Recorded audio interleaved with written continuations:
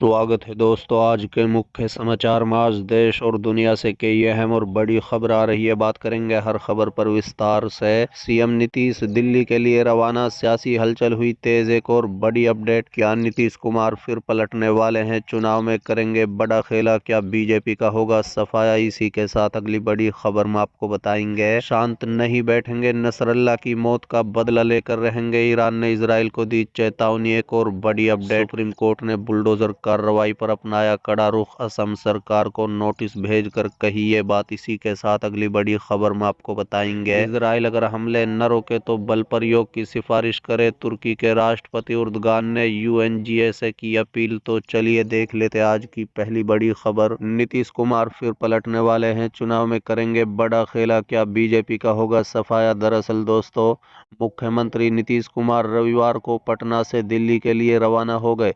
दिल्ली में नीतीश कुमार कई राजनीतिक हस्तियों से मुलाकात कर सकते हैं। वहीं सीएम के इस दौरे को लेकर बिहार में सियासी घमासान तेज हो गया है। बता दें कि मिली जानकारी के मुताबिक सीएम नीतीश कुमार सोमवार को पटना लौटेंगे। ये भी कहा जा रहा है कि सीएम नीतीश निजी कारणों से दिल्ली रवाना हुए हैं। रूटीन चेकअप भी एक कारण हो सकता है, लेकिन ये अभी तक स्पष्ट नहीं हुआ है। वहीं नीतीश कुमार के दिल्ली दौरे को लेकर राजनीतिक गलियारों में कई तरह की अटकलें लगाई जा रही है। आपको बता दें कि जेपी नड्डा शनिवार को पटना पहुंचे थे। उन्होंने बीजेपी नेताओं के साथ बैठक की। अब इसके एक दिन बाद नीतीश अचानक दिल्ली के लिए रवाना हो गए हैं। इसको लेकर काफी चर्चा हो रही है। वहीं क्या बिहार में फिर कुछ बड़ा होने वाला है? आपको बता दें कि इन दिनों रजत लगातार कई मुद्दों पर नीतीश सरकार को घेर रही है। साथ ही बिहार में मध्यावधि चुनाव की भी चर्चा है। रजत का कहना है कि बिहार में अभी तक उपचुनाव की घोषणा नहीं हुई है। साथ ही नीतीश सरकार लगातार आईएएस और आईपीएस अधिकारियों का ट्रांसफर कर रही है। रजत इसे मध्यावधि चुनाव का संकेत मान रहे हैं। वहीं बीजेपी और जेडीयू के बीच इन दिनों अच्छा तालमेल नहीं है। बीजेपी और जेडीयू के बीच कई मुद्दों पर अनबन चल रही है। कई मुद्दों पर दोनों के स्टैंड भी नजर आ रहे हैं। इसी बीच सीएम का ये दिल्ली दौरा काफी अहम माना जा रहा है। चलिए अगली खबर, सुप्रीम कोर्ट ने बुलडोजर कार्रवाई पर अपनाया कड़ा रुख, असम सरकार को नोटिस भेजकर कही ये बात। दरअसल दोस्तों, सुप्रीम कोर्ट ने बुलडोजर कार्रवाई पर एक बार फिर बड़ा रुख अपनाया है। बता दें, असम के सोनपुर में बुलडोजर कार्रवाई के खिलाफ अवमानना याचिका पर सुनवाई करते हुए सुप्रीम कोर्ट ने नोटिस जारी किया है। अब इस मामले में अगली सुनवाई 3 हफ्ते बाद होगी। कोर्ट ने फिलहाल यथास्थिति बनाए रखने को कहा है। दोस्तों, दरअसल असम सरकार ने बुलडोजर कार्रवाई की आदिवासी जमीन पर अवैध अतिक्रमण बताते हुए किया है। इसके बाद फारूक अहमद समेत 48 याचिकाकर्ताओं ने कोर्ट में याचिका दायर कर इसे सुप्रीम कोर्ट के आदेश का उल्लंघन बताया था। बता दें कि 17 सितंबर को सुप्रीम कोर्ट ने देश भर में बुलडोजर कार्रवाई को 1 अक्टूबर तक रोकने का आदेश दिया था। जमीयत की याचिका पर सुनवाई करते हुए सुप्रीम कोर्ट ने 17 सितंबर 2024 का अवैध निर्माण को छोड़कर बाकी सभी मामलों में बुलडोजर कार्रवाई पर रोक लगा दी थी।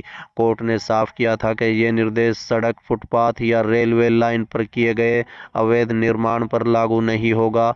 सुप्रीम कोर्ट ने कहा था कि सभी पक्षों को सुनने के बाद वो बुलडोजर कार्रवाई को लेकर देश भर में लागू करने के लिए दिशा निर्देश बनाएगा। चलिए अगली खबर, इजराइल अगर हमले न रोके तो बल प्रयोग की सिफारिश करे। तुर्की के राष्ट्रपति उर्दगान की यूएनजीए से अपील। दरअसल दोस्तों, तुर्की के राष्ट्रपति तैयब उर्दगान ने कहा है कि अगर संयुक्त राष्ट्र सुरक्षा परिषद यानी यूएनएससी गाजा और लबनान में इजराइल के हमले को रोकने में असफल रहती है तो संयुक्त राष्ट्र महासभा यूएनजीए को 1950 में पारित प्रस्ताव के अनुरूप बल प्रयोग करने की सिफारिश करनी चाहिए। नाटो सदस्य तुर्की ने गाजा में फलस्तीनी समूह हमास के खिलाफ इजराइल के हमले की निंदा की है और लबनान में हिजबुल्लाह के निशाने बनाकर हाल ही में किए गए हमलों की भी निंदा की है। इसके साथ ही तुर्की ने इजराइल के साथ सभी व्यापार रोक दिए हैं और वर्ल्ड कोर्ट में इजराइल के खिलाफ नरसंहार का मुद्दा उठाया है, जिसे इजराइल ने खारिज कर दिया है। अंकारा में कैबिनेट की बैठक के बाद उर्दगान ने कहा है कि अगर सुरक्षा परिषद यूएनएससी इस मामले में ज़रूरी इच्छा शक्ति नहीं दिखा सकती है तो संयुक्त राष्ट्र महासभा यानी यूएनजीए को बल प्रयोग की सिफारिश करने का अधिकार को तेजी से लागू करना चाहिए, जैसा कि उसने 1950 के शांति के लिए एकजुटता प्रस्ताव के साथ किया था। प्रस्ताव में कहा गया है कि अगर सुरक्षा परिषद की 5 स्थायी वीटो धारक शक्तियां ब्रिटेन, चीन, फ्रांस, रूस और संयुक्त राज्य अमेरिका के बीच असहमति का अर्थ है कि वो अंतर्राष्ट्रीय शांति बनाए रखने में विफल हैं, तो संयुक्त राष्ट्र महासभा हस्तक्षेप कर सकती है। बता दें कि सुरक्षा परिषद संयुक्त राष्ट्र की एकमात्र संस्था है जो सामान्य रूप से कानूनी रूप से बाध्यकारी फैसले ले सकती है, जैसा कि बल प्रयोग के अधिकृत करना और प्रतिबंध लगाना। साथ ही उर्दगान ने यह भी कहा है कि उन्हें मुस्लिम देशों द्वारा इजराइल के खिलाफ अधिक सेक्युलर रुख अपनाने में विफल होने पर दुख हुआ है। उन्होंने उनसे इजराइल के खिलाफ आर्थिक, कूटनीतिक और राजनीतिक कदम उठाने का आग्रह किया ताकि युद्ध विराम को स्वीकार करने के लिए दबाव डाला जा सके। उर्दगान ने कहा है कि हमारे क्षेत्र में मुस्लिम से लेकर यहूदी और ईसाई तक सभी की शांति के लिए अंतर्राष्ट्रीय समुदाय और मुस्लिम दुनिया से एकजुट होने का आह्वान करते हैं। उन्होंने कहा है कि अगर इसे जल्द ही नहीं रोका गया तो इजराइल के हमले मुस्लिम देशों को भी निशाना बनाएंगे।